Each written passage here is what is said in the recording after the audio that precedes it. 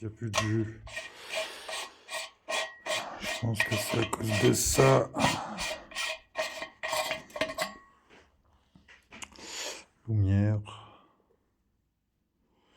Hop. Oui, il baigne plus assez. Bon, et ben voilà quand même.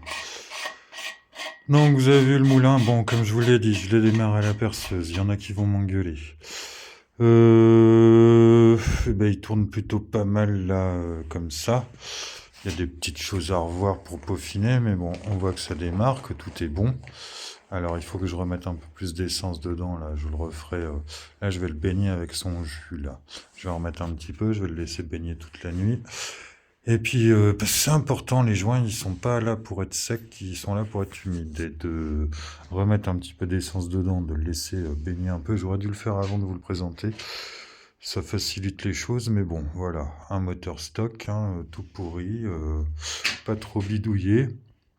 Et il se remet en route comme ça, comme pour rigoler, avec un petit peu de patience. Et moi, je suis d'avis que tous les moteurs n'ont pas besoin d'être refaits au niveau des roulements, au niveau de tout ça.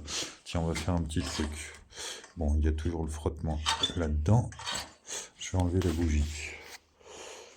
Hop là, la bougie. Zoom. Alors, on enlève le petit écrou.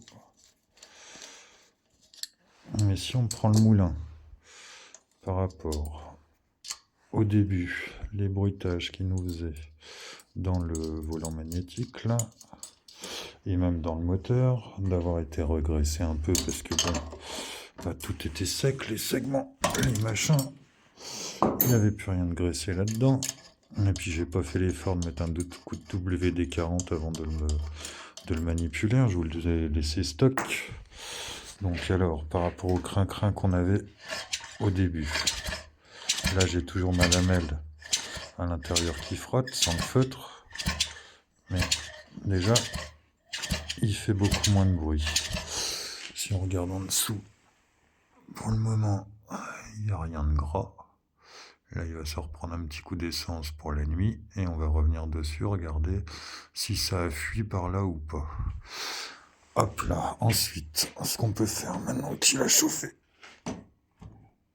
c'est essayer de regarder s'il a du jeu dans son volant. Et là, on remarque un léger jeu. Donc là, à confirmer demain après avoir tourné un peu plus longtemps, mais je pense qu'il va quand même avoir besoin d'avoir son petit roulement 2203, et puis du coup le 2202, bah, suite à une mauvaise expérience avec un neuf, j'ai tendance à remettre les vieux quand ils bloquent pas, qu'ils n'ont pas de point dur ni rien, qui sont bien libres, à remettre les anciens plutôt que de mettre les nouveaux. Parce que l'autre fois, j'ai mis un nouveau SKF sur un petit 5000 orange et j'ai fait à peine 2 km avec. D'un seul coup, l'embrayage qui se met à patiner. Du coup, je démonte tout, je me rends compte que la collerette, en fait, d'étanchéité, elle avait sauté et que ça m'en avait foutu plein l'embrayage et du coup, je patinais. Et du coup, j'ai remis le vieux et depuis que j'ai remis le vieux, bah, il tourne tout seul, le petit 5000, là, ça va impeccable. Voilà, voilà.